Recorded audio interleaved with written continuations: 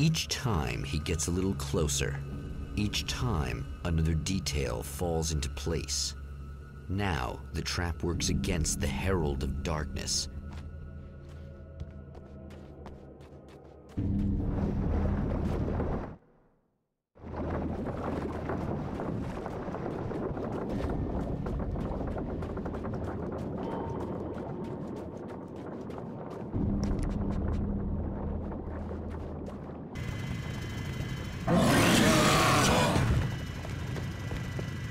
Holy shit!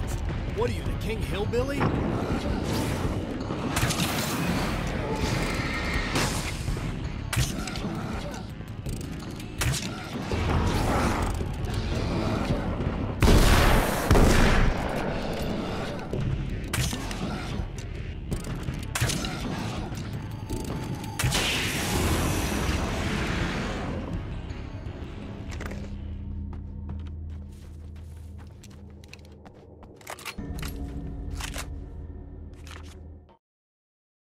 Thor and Odin Anderson, old gods of Asgard. I still don't quite know what to make of them. I know they used to be rock stars who modeled their stage personas after Norse gods. I know they're old. I know that in their day they fought the darkness as I do. I know they're demented and insane, ravaged by age and self-abuse. But there's something in them, something powerful that took hold when they were touched by the powers beyond. A thing that goes far beyond just stage names. Something godlike.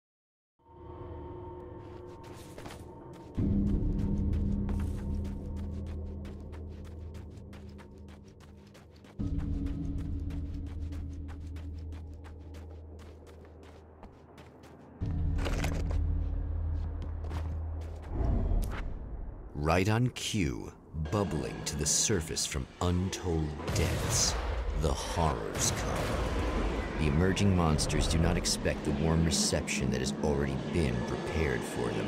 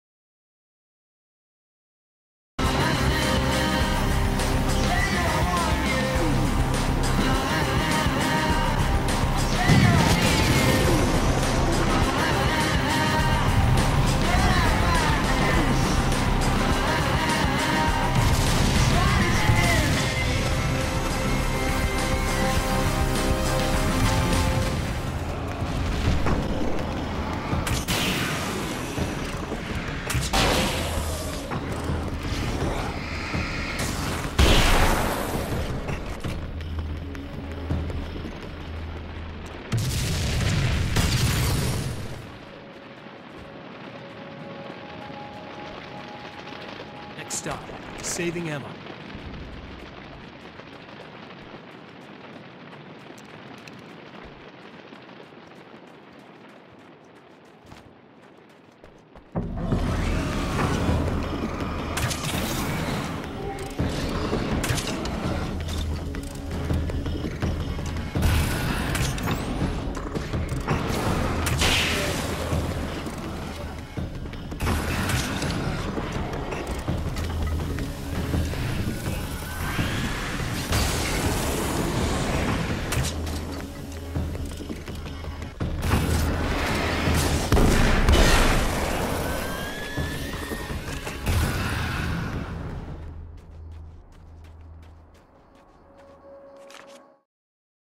Getting the Andersons into the recording studio was a struggle and a half.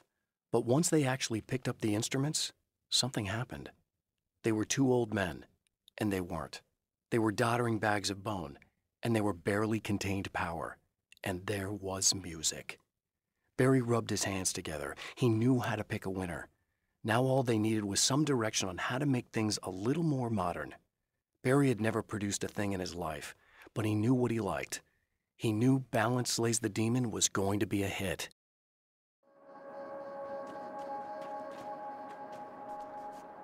So, one morning I was running. It was in the fall. It was about 6 o'clock in the morning. It was the sun was just coming up. And there's this huge estate right on the Long Island Sound called the Ziegler Estate, and it's monstrous, and it has these old iron gates that have they're spiked, very, very sharp. But it's acres and acres of land. And so I'm running, and I'm listening to Tosca, listening to opera.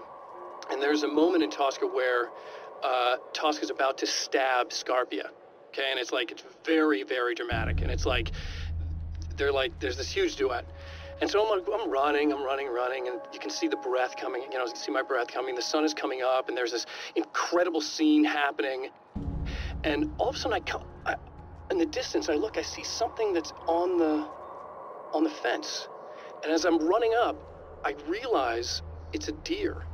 And the deer has tried to jump over this fence, like 8 feet high. Tried to jump over the fence. It landed on top of the fence. It caught it in its chest, and it slid all the way down. So it had opened the deer from the chest to all the way down its stomach, and it was still alive. It was flailing, absolutely flailing. I remember just this music, and the thing was running, and I couldn't believe what I was seeing. Absolutely couldn't believe what I was seeing. And I couldn't get at the deer. It was on the other side. So it's like the idea of okay, well, you should help the deer, try to put it out his mirror. I couldn't get near it, and it was huge. It was gigantic. And so and there was gigantic horns. I mean, it was a visual I will never, ever forget. And I just remember as I was running, and just these flock of crows that were in the trees just flying. It was the most cinematic, frightening thing I've ever seen. I just stood there. I stood there until it died, and then just started running home.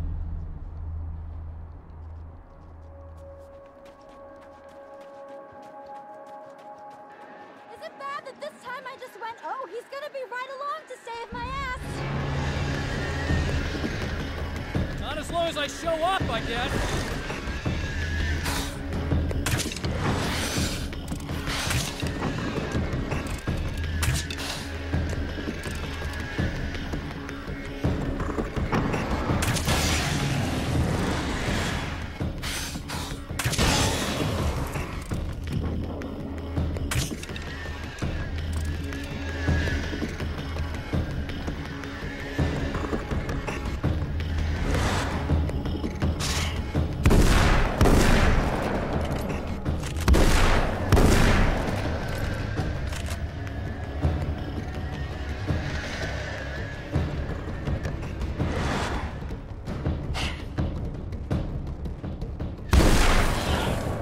Clear now.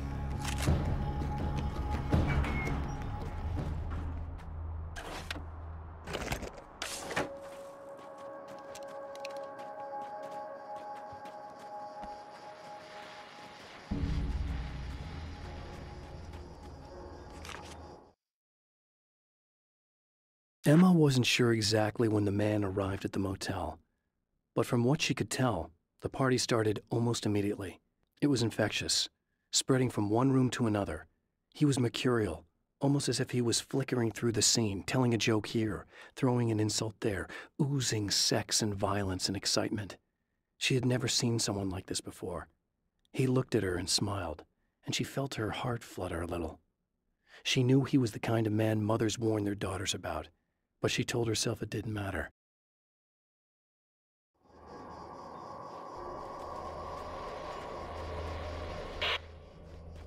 So I've been thinking about Barry. I don't know what to do about him yet. I mean, I'm not going to keep him around, that's for sure. Al. Al! Ugh, little parasite. Your best friend. Really? That's the best you can do?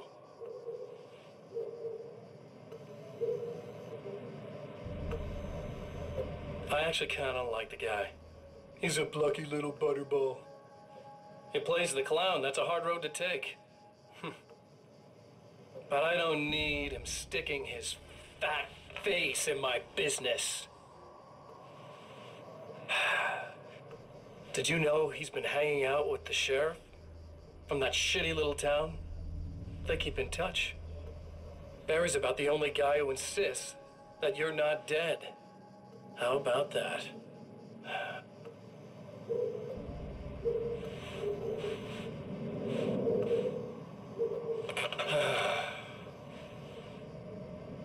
I might keep him alive for a while. Just to see him go to pieces when I fire his ass. Yeah. Yeah.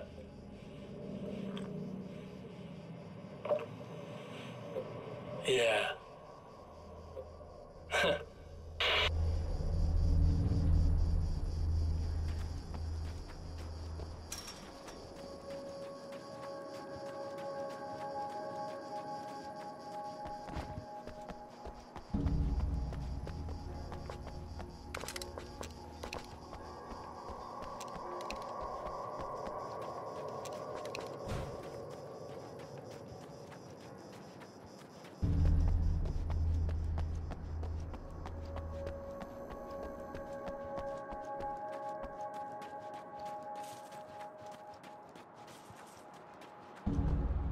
Yeah, thanks for saving me again. I'd hate to die before I'm scheduled to be murdered. I guess I have you to thank for setting everything up at the oil derrick. Yeah, well, I figured that if we were going to go over this again, we might as well try to be smart about it, huh? I appreciate it. You took a big chance doing that. Are you okay? What do you think? I've died twice. I remember everything pretty clearly now. You said I was gonna be okay. I don't know what happened. Well, it's not your fault. I think one of those, what did you call them? The takers? I think they did something to the power and they got me that way. I'm sorry. But I got the keys from the dead guy in that room. And I'm not handing them over until you do something about this. I'm sick of getting killed. Fair enough. You seem calmer now. I tried freaking out. It didn't do much good for me. I guess you get used to the craziest stuff. Good for you. Plus, I figured I'd take the edge off, you know? Mm-hmm. Those herbal supplements are pretty good, huh? Oh, yeah. I wanted to try to explain things to you now since you're calmer, but maybe this isn't the best time after all. Oh, shit, yeah. Better not get all metaphysical on me now. Seriously, I'm like 2 sentences away from thinking how we could all be like atoms on God's skin or something. Or figments of somebody's imagination? Wow. I'm just gonna try to chill out and not think about that or getting murdered or anything, if you're cool with that. Gotcha.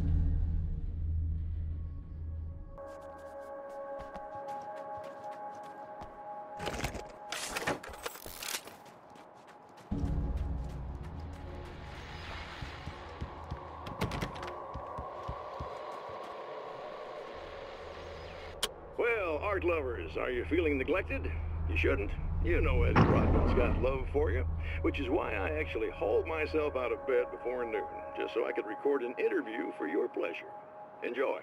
Now, as I'm sure you all know, the annual Night Springs Visual Art Show is coming around again, and that's a big deal for all of us that are in the culture business. If you can call it a business. That's a little controversial, I know. Oh, that's okay. Money makes the world go around, no doubt about it. And that's one of my guests here at the studio, Serena Valdivia. She's a curator at the Night Springs Gallery of Visual Arts, and she's in charge of the NSVA Film Festival, held this year at the old Night Springs Drive-In Theater. Hello, Eddie. It's great to be here. And let me just say that it's a wonderful venue. Absolutely. And with her is one of the filmmakers, somebody who's actually primarily known as a renowned photographer, Alice Wake. Hello. Alice, I've seen a lot of your work over the years. It's very impressive. My wife's a big fan, actually. Oh, thank you. You've gained quite a bit of fame as a photographer, but that's not why you're here, right? You actually have a film. That's a little surprising. For me, too. I really wouldn't be here at all if it weren't for Serena. You two are friends, I take it? Yeah, we move in the same circles. So, about a year ago, I heard about all this footage she'd shot, and I got to see some of it, and then I started pestering her about actually putting it out there, because it was really good. I didn't really want to show it. It felt too personal. Well, yes, I can understand that. It features your husband, and he's, well... He's dead. I thought he was missing. It's been 2 years. This sounds awful, but yes, I believe he's dead. Otherwise he would have, well, you know. Yeah, I understand. Well, hold that thought, and we'll be right back.